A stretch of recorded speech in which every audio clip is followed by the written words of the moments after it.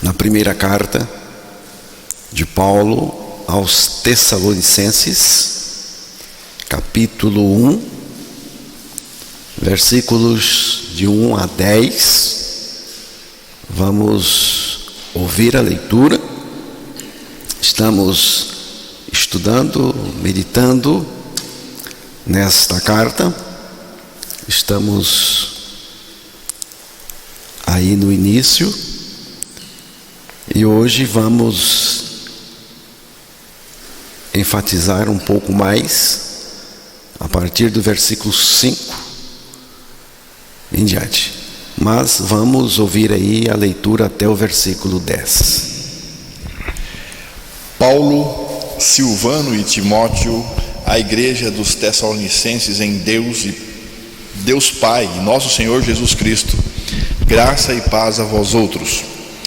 Damos sempre graças a Deus por todos vós, mencionando-vos em nossas orações e sem cessar recordando-nos diante de nosso Deus e Pai da operosidade da vossa fé, da abnegação do vosso amor e da firmeza da vossa esperança em nosso Senhor Jesus Cristo, reconhecendo, irmãos amados de Deus, a vossa eleição, porque o nosso Evangelho não chegou até vós tão somente em palavra, mas sobretudo em poder, no Espírito Santo e em plena convicção, assim como sabeis ter sido o nosso procedimento entre vós e por amor de vós. Com efeito, vos tornastes imitadores nossos e do Senhor, tendo recebido a palavra, posto que em meio de muita tribulação, com alegria do Espírito Santo, de sorte que vos tornaste o modelo para todos os crentes na Macedônia e na Acaia, porque de nós repercutiu a palavra do Senhor, não só na Macedônia e Acaia, mas também por toda a parte se divulgou a vossa fé para com Deus, a tal ponto de não termos necessidade de acrescentar coisa alguma. Pois eles mesmos, no tocante a nós, proclamam que repercussão teve o nosso ingresso no vosso meio, e como deixando os ídolos vos convertestes a Deus, para servires o Deus vivo e verdadeiro, e para aguardardes dos céus, o seu Filho, a quem ele ressuscitou dentre os mortos, Jesus, que nos livra da ira vindoura. Que Deus revele a sua palavra aos nossos corações.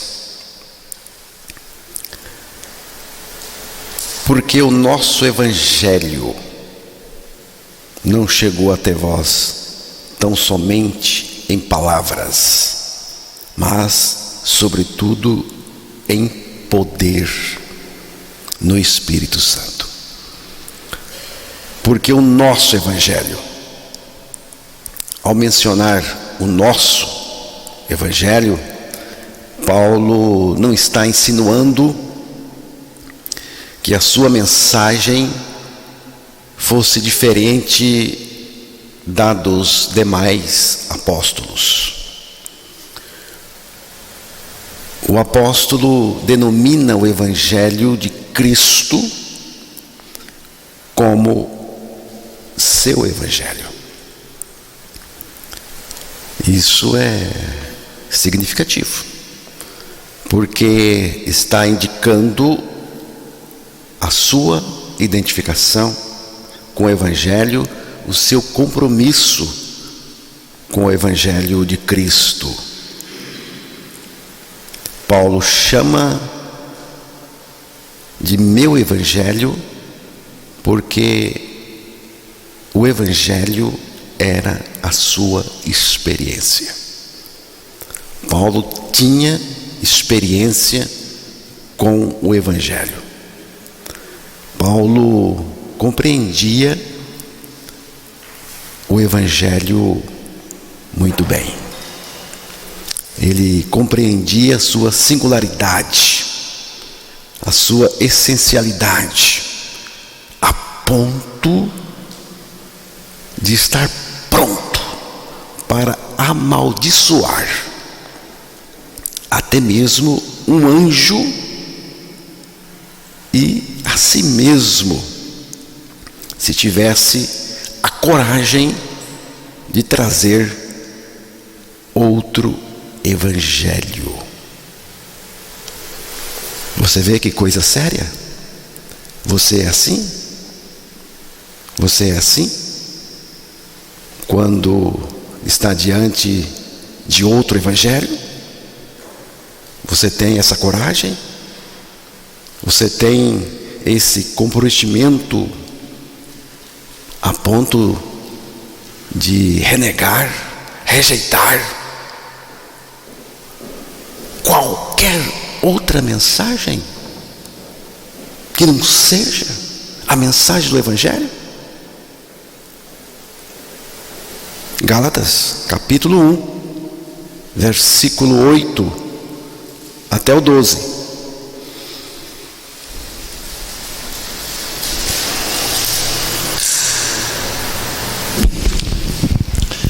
Mas ainda que nós, ou mesmo um anjo vindo do céu, vos pregue evangelho que vá além do que vos temos pregado, seja anátema. Assim como já dissemos, e agora repito: se alguém vos prega evangelho que vá além daqueles que recebestes, seja anátema. Porventura procuro eu agora o favor dos homens ou de Deus? Ou procuro agradar a homens? Se agradasse ainda a homens, não seria servo de Cristo. Faço-vos, porém, saber, irmãos, que o evangelho por mim anunciado não é segundo o homem, porque eu não recebi nem o aprendi de homem algum, mas mediante revelação de Jesus Cristo. É pela revelação. O pregador do evangelho de Cristo não está preocupado com as opiniões e agrado das pessoas. Paulo não preferiu consultar o povo para saber o que pregar para ele, mas decidiu nada saber entre o povo, senão Jesus Cristo e este crucificado. Muitos querem ter sucesso aos olhos do mundo e falham feio aos olhos de Deus. Portanto, é muito melhor ter sucesso aos olhos de Deus e falhar aos olhos do mundo. O objetivo da nossa vida, irmãos, é unicamente agradar a Deus. Prefiro sofrer pregando o evangelho de Cristo do que cair no agrado do mundo, mas fora do agrado de Deus. Estou muito interessado na vontade soberana de Deus para a minha vida e também na pregação do evangelho. Paulo era alguém tomado totalmente por esta revelação do evangelho, revelação que Deus deu a ele. Paulo era enternecido com esta revelação. A mensagem de Cristo crucificado não era uma preferência do apóstolo, era a sua única mensagem, era a sua decisão pessoal, não porque lhe deu na telha, mas porque Deus mostrou para ele, Deus revelou. Deus o fez enxergar na crucificação de Cristo a sua crucificação pessoal com Cristo. Já estou crucificado com Cristo e vivo não mais eu, mas Cristo vive em mim. Ele viu mais, Deus mostrou mais. Também vós irmãos estão mortos pelo corpo de Cristo. Ele viu a crucificação dos irmãos nascidos de novo, irmãos em Cristo. Ele viu a crucificação desses irmãos em Cristo. Ele viu a crucificação de todos aqueles pelos quais Cristo morreu. O amor de Cristo nos constrange. Se um morreu por todos, logo todos morrerão. Nós morremos com Cristo. Com Ele também fomos ressuscitados. O poder da ressurreição de Cristo não é algo que ficou no passado. Não. É algo atual. A ressurreição de Cristo está vigorando em nós, está operando em nós. Vamos celebrar. Cristo ressuscitou. Vamos celebrar. Ressuscitamos com Cristo. Vamos celebrar a nossa ressurreição juntamente com Cristo. Ele ressuscitou. Ressuscitei também com Ele. Porque senão não adianta nada. Se a ressurreição de Cristo não for a sua experiência, você não está salvo, não. Não está, não.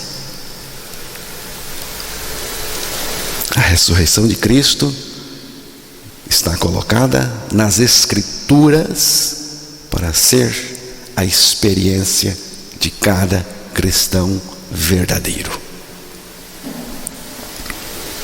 Crê na ressurreição de Cristo. Você crê na ressurreição de Cristo? Beleza, ótimo. Mas você crê a sua ressurreição com Cristo? Aqui está o ponto importante. A partir da minha ressurreição com Cristo, Ele está em mim, vivendo a sua vida justa e santa. Essa é a mensagem do Evangelho. A mensagem que muda, que salva, regenera. O Evangelho de Jesus Cristo é Cristo mesmo, compartilhando conosco a sua morte, a sua ressurreição e a sua vida. Esse foi e será o assunto dos salvos. E é exatamente neste ponto que Satanás ataca com todas as suas forças. O mensageiro do Evangelho de Cristo tem que ser sério. Ele é sério, tem que ser. Mas ainda que nós, ou mesmo um anjo vindo do céu, vos pregue Evangelho que vá além do que vos temos pregado, seja anátema. Aqui está a seriedade do pregador ou de qualquer um que experimenta o Evangelho. Os ouvintes tem também de ser sérios. O pregador tem que ser sério na pregação do Evangelho. Vocês também. Não pode engolir qualquer coisa. Paulo estava a ponto de amaldiçoar. Estava pronto para isso. Qualquer um. Amigo, inimigo, anjo, ele mesmo. Se tivesse a coragem de anunciar outra mensagem, senão esta.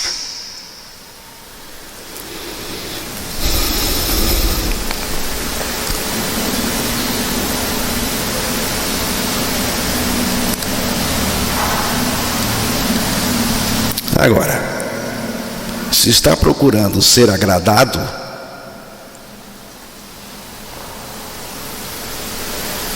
você não é sério.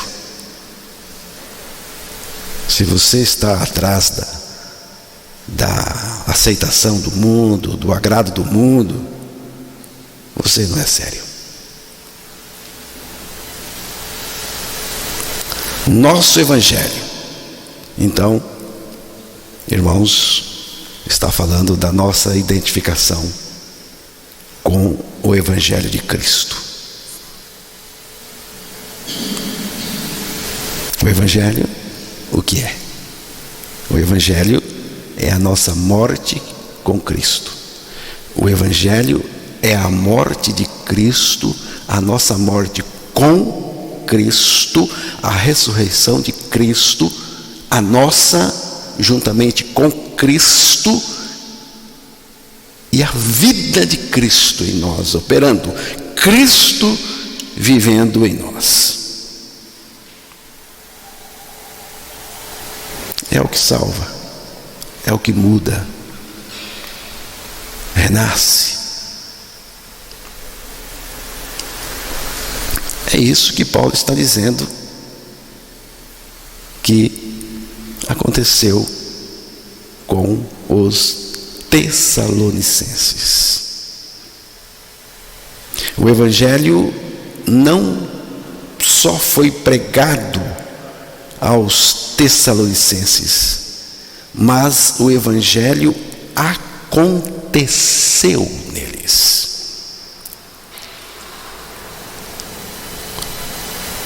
Porque o nosso Evangelho não chegou até vós tão somente em palavras, mas sobretudo em poder no Espírito Santo.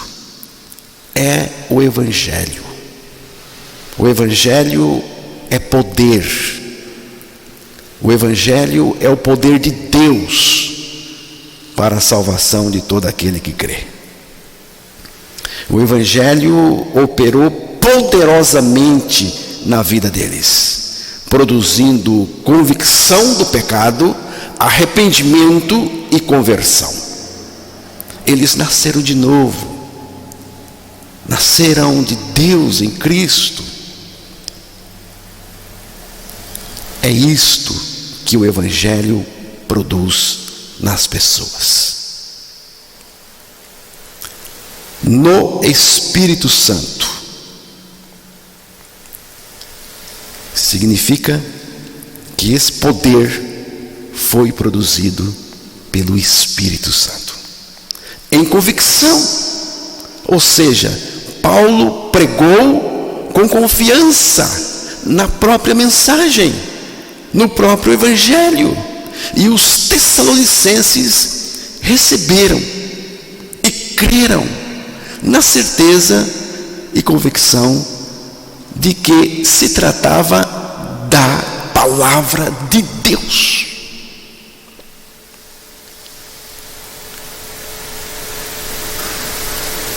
Capítulo 2, versículo 3, aí na carta aos Tessalonicenses. Primeira carta. 2:13. Outra razão ainda temos nós para incessantemente dar graças a Deus, é que tendo vós recebido a palavra que de nós ouvistes, que é de Deus, acolhestes não como palavra de homens, e sim como em verdade é a palavra de Deus, a qual com efeito está operando eficazmente em vós, os que credes. Aí está o resultado.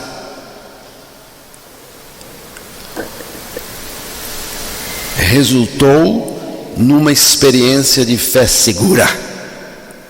Fé segura. Convicção daquilo que o Evangelho anuncia. O que o Evangelho anuncia? A morte de Jesus, a nossa com Ele, a ressurreição dele, a nossa juntamente com Ele, e a vida dele em nós operando.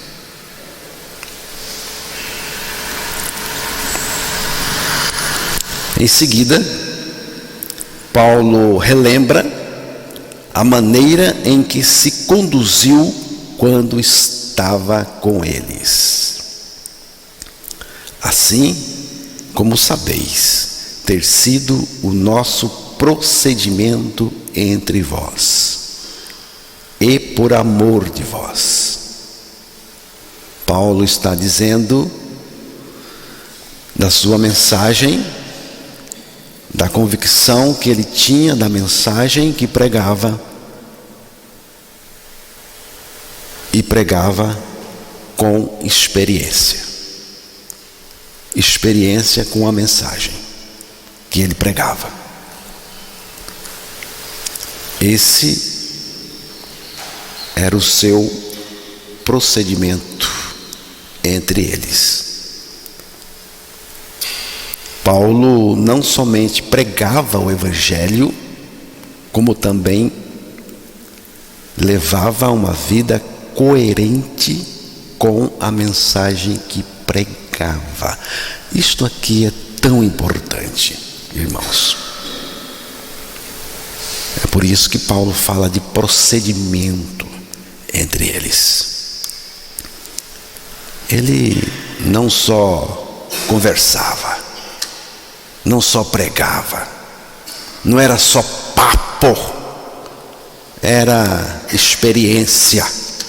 Paulo tinha experiência com a mensagem que pregava. Não só pregava o Evangelho, mas o Evangelho era a sua experiência. O Evangelho está em mim. Cristo é o Evangelho em mim.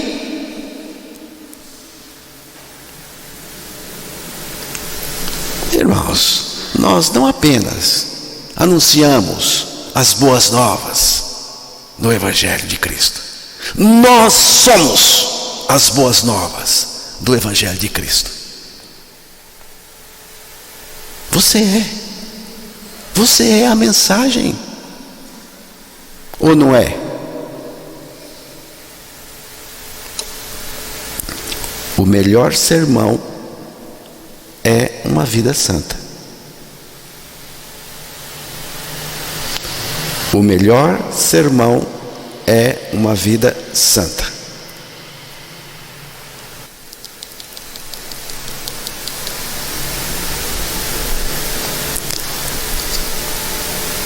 Vou repetir. O melhor sermão é uma vida coerente, santa.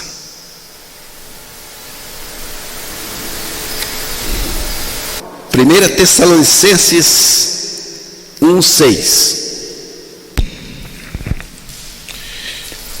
Com efeito, vos tornastes imitadores nossos e do Senhor, tendo recebido a palavra, posto que em meio de muita tribulação, com a alegria do Espírito Santo. Tendo recebido a palavra, posto que em meio de muita tribulação, com alegria no Espírito Santo.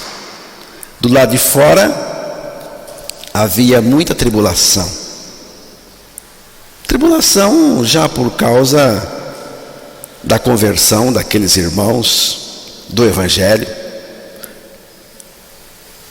Então, do lado de fora havia muita tribulação, contudo, o seu interior havia alegria.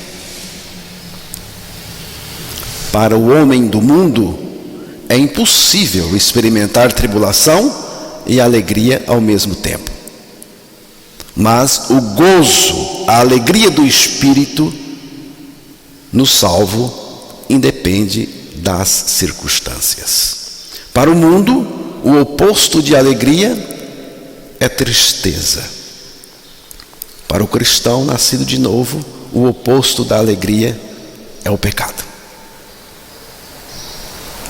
A tribulação pelas quais eles estavam passando veio depois da sua conversão.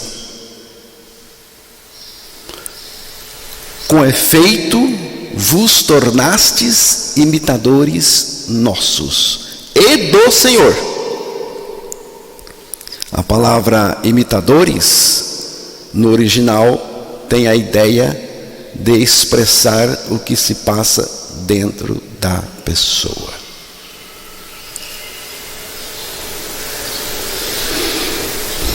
Aquela realidade que está dentro da pessoa e que está se manifestando. Paulo está chamando atenção para a realidade interior que se expressa em atos exteriores. Paulo experimentava Cristo, a pessoa de Cristo no seu interior. E os irmãos também experimentavam o mesmo que Paulo experimentava. Isto é Cristo. Cristo em Paulo, Cristo nos irmãos. Essa é a realidade interior. Esse é o modelo que o texto diz. É o modelo que temos para apresentar ao mundo. Nós temos um modelo para apresentar ao mundo. Que modelo é este? É Cristo em nós. De sorte que vos tornastes o modelo para todos os crentes na Macedônia e na Acaia. Está aí no versículo 7. É Cristo que tem que ser visto em nós e através de nós. É o modelo, irmãos. Esse é o modelo. Porque de vós repercutiu a palavra do Senhor, não só na Macedônia e Acaia, mas também por toda parte se divulgou a vossa fé para com Deus, a tal ponto de não termos necessidade de acrescentar coisa alguma. Versículo 8. A vida, a fé e o testemunho daqueles irmãos repercutiu, ressoou, ecoou entre todos os crentes da Grécia. Em toda parte foi divulgada a fé daqueles irmãos, o testemunho daqueles irmãos, como o Evangelho operou neles, a mudança que produziu. As bênçãos do Evangelho não devem terminar em nós. Não. De nós é passado adiante. Somos canais das boas novas para o mundo inteiro. A palavra de Deus pura, sem distorção, foi divulgada daquele pequeno grupo de irmãos. Veja o versículo 9 aí, fazendo favor. Pois eles mesmos, no tocante a nós, proclamam que repercussão teve o nosso ingresso no vosso meio, e como deixando os ídolos, vos convertestes a Deus, para servirdes o Deus vivo e verdadeiro. A mudança, aí está a mudança profunda, tremenda. Este texto mostra um pouco da mudança que aquele pequeno grupo de irmãos tinha experimentado. O pior ídolo é o ego. O pior de todos os ídolos é o ego. Esse bicho que está aí operando dentro das pessoas tem que morrer. O eu, o ego, ele é o padroeiro geral. A culpa é tudo dele. A questão da idolatria ou dos ídolos é uma questão entre Deus e o ego, Cristo e o eu. Mas Deus tem a solução. Já estou crucificado com Cristo. Aí resolve.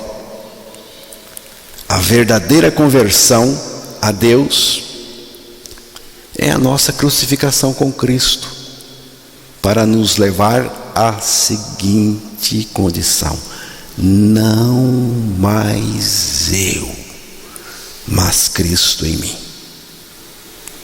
Tudo isto é produzido em nós pelo Evangelho. Basta crer na nossa morte com Cristo na cruz. E Jesus Cristo estará em nós, vivendo a sua vida. E nós podemos segui-lo, livres de nós mesmos, livres do pecado, sem os pesos inúteis da religião dissimulada. E para aquele que se recusar a crer no Evangelho, tragicamente não lhe restará nenhuma esperança. No Evangelho nós podemos confiar, porque o Evangelho é o poder de Deus para a salvação de todo aquele que nele